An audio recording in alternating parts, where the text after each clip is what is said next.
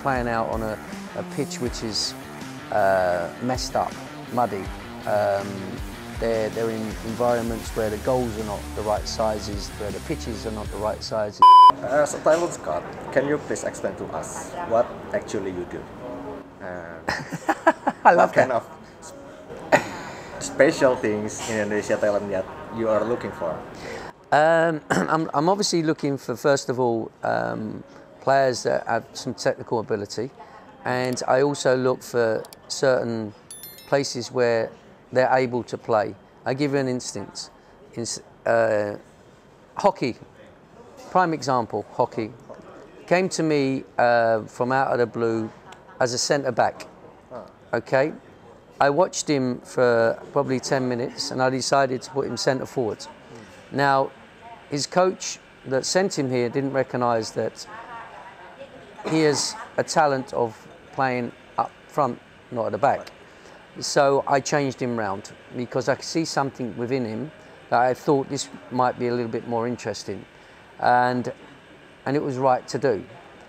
That is an instinctive understanding of the game, yep, and it's something that I see at the time that other people probably didn't see.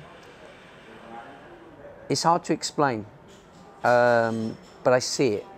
So sometimes you can see certain things in attributes in players that you think would suit a certain area, and that's what happens. Other people don't see it, but some people do see it. And what are you looking for from Indonesian player? I'm looking for different variations of players, to be honest. You find that a lot of Indonesian players are small and quite quick and technical. So you're not looking for a small goalkeeper. You're looking for a certain size in a goalkeeper. You know, I find that sometimes the goalkeepers here are a little bit small. So therefore, you have to look for something different than what you're looking for at the moment. You look for a different player that plays at centre back than you would at right back. You look for a different player that's. I find we get sent left backs with right foots. You know, it's not possible to have a left back right-footed. So there's different variations that we look at and we see, and then we have to swap them around and we place them in different areas to work out what we think is suitable for them. Sometimes it's easy, sometimes it's complex, you know. So it's being able to recognise that. And what I find is probably a lot of the coaches are not able to recognise that, you know. So it's a learning process that maybe it'd be a good idea to try and help them in that way, the coaches, to understand what's good and what's not good. As an ex-manager and football player, can you give your opinion about what kind of playing style that fits in Indonesian style? I'd say technical. We play a diamond. With Garuda. I think the reason why is I try to outnumber the opposition in the middle of the park. So I give them, a lot of teams play 4-3-3, okay? I play with a diamond. A diamond means I have an extra body in midfield. And the reason why is because I try to take away the physicality and give them the extra numbers in the middle of the park, because I think they're quite technical. So I think they can pass around people. And that's why we play in a certain system that we do with when they come with Garuda, because from a tactical point of view, what I don't want to do is try to match up physicality with physicality, because you'll see that the English boys are a lot bigger.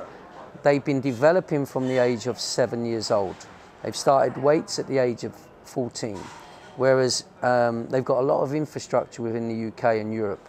There's not a lot of infrastructure within Indonesia, the clubs or the facilities around the areas to help these boys develop from the age of 7. You know, they're playing out on a pitch which is messed up, muddy. They're in environments where the goals are not the right sizes, where the pitches are not the right sizes. So, you know, there's a lot of things that kind of they need a little bit of guidance and a little bit of help on. So that's what I'd say about. I think they're very technical, and they're quite quick. Some of them, I think they've got a real real good ability, but it's nurturing that ability to give them an advantage, but also it's to tell them and get them to understand what the game is about and how you can get the advantage on your opposition. So that's what we teach them. As we know, you're currently busy taking care of Italian football club, Yes. Como. Can you explain to us what kind of player that's suitable if they want to play in Italian league? We have different variations. I think it's hard to say what player is suitable. We have a different variation of players at the club. If they suit the way we think as a benefit to our club, we would go out and bring them to the club. You know, they have to suit within the system, they have to suit within the standard. There's a certain standard we expect. So it's not easy to say what kind of player, because we have different variations at different positions. You know, you look at Cess, and Cess has got a lot of qualities, but he can't run as quick as he used to run, you know, so you put someone who's quite athletic alongside him to help him. So you're looking for different personnel for different positions to suit the group. That's what we're looking for. If an exceptional player come along, obviously we'll take him, you know, we'll take him and we'll sign him. But we're limited on funds, and we're limited on what we can look at. You know, we're not a Man City, we're not a Chelsea. We're a little club at the moment in Italy that's developing quite well and getting to stages. Now you have this experience between football in Italy and football in England. Can you tell us what is the difference between Italian football and English football? You spend more money in England, I've got to say, and get all the best players. I think that's what happens. I think in the 90s, Italy was like that.